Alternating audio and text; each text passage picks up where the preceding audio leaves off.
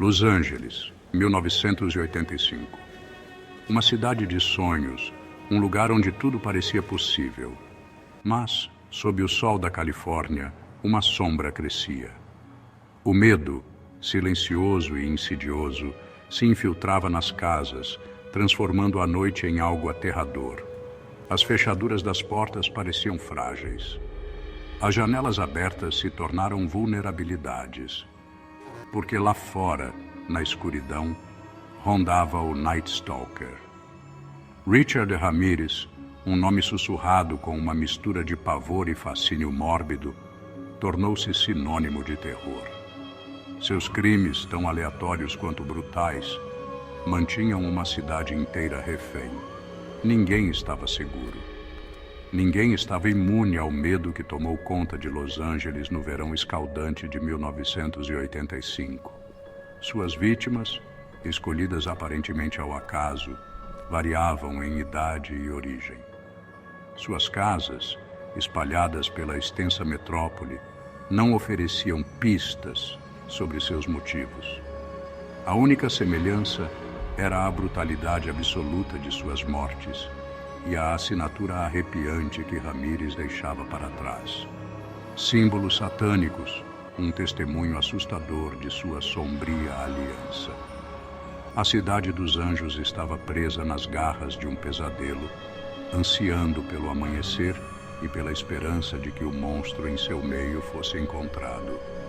Mas até então, cada rangido de assoalho, cada farfalhar de folhas do lado de fora da janela podia ser o prenúncio do retorno do Night Stalker. Richard Ramirez não nasceu um monstro, embora sua infância parecesse lançar as bases para seu futuro horrível. Nascido em El Paso, Texas, em 1960, sua infância estava longe de ser idílica. O mais novo de 5 irmãos, os primeiros anos de Richard foram marcados pela pobreza e instabilidade. Seu pai, Julian, era um homem volátil, propenso a ataques de fúria e violência. A violência física era uma constante na casa dos Ramirez, infligida à esposa e aos filhos. Richard, pequeno e quieto, testemunhou a brutalidade do pai, as sementes da violência criando raízes em sua mente jovem. Foi durante sua adolescência que Richard encontrou um mentor sombrio em seu primo, Mike. Veterano da Guerra do Vietnã, Mike voltou para casa com cicatrizes físicas e mentais. Ele entretinha Richard com histórias horríveis da guerra, gabando-se das atrocidades que havia cometido e mostrando fotos Polaroid de suas vítimas. A influência de Mike sobre Richard era inegável. Ele o introduziu às drogas e aos pequenos crimes, alimentando um fascínio crescente pela violência e pela morte. Foi durante uma de suas conversas noturnas que Mike compartilhou seu segredo mais perturbador. Ele havia assassinado sua esposa no Texas, um crime pelo qual nunca foi pego. O assassinato, testemunhado por um jovem Richard, moldaria para sempre sua percepção de vida e morte. A escuridão que se agitava dentro de Richard Ramirez finalmente explodiu em junho de 1984. Los Angeles, uma cidade fervilhante de vida, tornou-se seu campo de caça.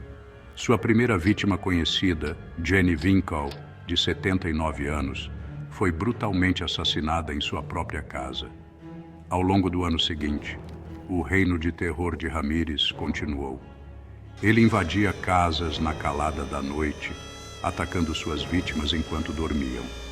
Seu modus operandi variava. Às vezes ele atirava em suas vítimas, outras vezes as esfaqueava. Parecia não haver padrão, nenhuma razão lógica para sua seleção, o que apenas amplificava o terror. Ele se movia como um fantasma, atacando sem aviso prévio. Los Angeles não era mais a cidade dos sonhos, era o playground do diabo. À medida que o número de mortos aumentava também a pressão sobre a polícia de Los Angeles. A cidade estava no limite, exigindo respostas, exigindo justiça. Uma caçada humana massiva estava em andamento. A virada aconteceu em agosto de 1985, depois que Ramírez atacou em Mission Viejo. Ele atacou um jovem casal, Bill Carnes e Inez Erickson. Milagrosamente, ambos sobreviveram. Erickson forneceu à polícia uma descrição detalhada do agressor e de seu carro de fuga. A descrição do carro provou ser a ruína de Ramírez. Dias depois, Ramírez foi visto por moradores que o reconheceram. Ele fugiu a pé, antes de ser preso por cidadãos furiosos. A captura de Richard Ramírez foi um momento catártico para Los Angeles. O bicho-papão havia sido desmascarado, revelado como um homem magro e desgrenhado. Enquanto era arrastado pela polícia, Ramírez sorriu para as câmeras, seu reino de terror finalmente chegado ao fim. Gap 3. A captura de Richard Ramírez marcou o fim de um capítulo sombrio na história de Los Angeles. A cidade, antes tomada pelo medo, começou a se recuperar. As famílias das vítimas encontraram algum consolo sabendo que o Night Stalker nunca mais pisaria em liberdade. O julgamento foi um espetáculo midiático, com Ramírez demonstrando uma frieza arrepiante, sem nenhum remorso. Ele foi finalmente condenado por 13 acusações de homicídio e sentenciado à morte. Embora a justiça tivesse sido feita, as cicatrizes deixadas pelo reino de terror de Ramírez permaneceriam para sempre gravadas na memória coletiva da cidade. Sua história serve como um lembrete sinistro da escuridão que pode se esconder por trás de uma fachada aparentemente comum. Ao fecharmos este capítulo, lembramos das vítimas e honramos sua memória. Suas histórias nos lembram da resiliência do espírito humano diante do horror inimaginável. Este é o capítulo final.